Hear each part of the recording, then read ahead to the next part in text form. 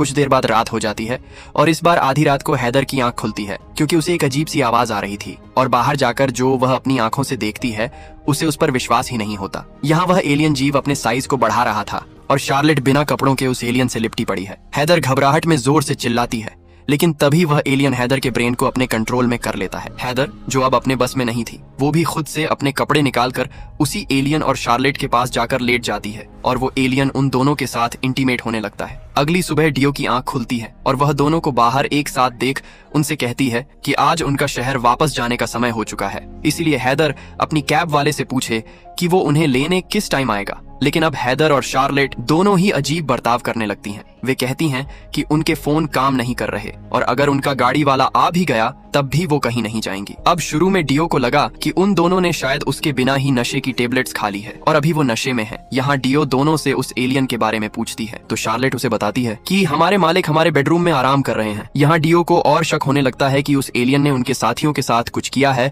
और वो उसे देखने शार्लेट के बेडरूम में जाती है। उसने देखा कि वो एलियन क्रिएचर अब समय के साथ खुद को और ज्यादा इवॉल्व कर रहा है। उसका साइज अब काफी बढ़ चुका था, मानो वह अब पृथ्वी के वातावरण में खुद को ढाल चुका है। डियो उसे वहीं छोड़कर वापस से हैदर और शार्लेट के पास आती है और उन्हें यहाँ से निकालने को बोलती है क्योंकि अब उनका यहाँ रुकना खतरे से खाली नहीं था। लेकिन शार्लेट जवाब देती है कि अब वे यहाँ से बाहर कभी नहीं जाएंगे और अच्छा होगा कि डियो भी हमेशा के लिए यहीं पर रुक जाए। डियो अब समझ चुकी थी कि उसके दोनों साथी अब उस मॉन्स्टर के कब्जे में हैं, इसलिए वो मदद लेने उसी केबिन की ओर भागती है। कैबिन पहुंचकर वो देखती हैं कि कैसे यहाँ मौजूद गाड़ी में चाबियां गायब हैं। अगर उसे अंदर कैबिन से चाबियां मिल गईं, तो वो यहाँ से अपने दोस्तों को लेकर बाहर निकल जाती और पास के टाउन में जाकर पुलिस को उस एलियन के बारे में सब इन्फॉर्म कर सकती थी। हालांकि आज फिर से उस कैबिन में कोई नहीं था, इसलिए डियो जल्दी से गाड़ी की चाबियां ढूंढने लगती है। इसी बीच उसे फिर से वो साइंटिफिक नोट्स दिखाई देता है और उसे सरप्राइजिंगली उसी एलियन जीव की ड्राइंग भी मिल जाती है जो अभी उनके घर में मौजूद है। यानी यहाँ जो कोई भी साइंटिस्ट मौजूद था वो इसी एलियन जीव पर रिसर्च कर रहा था।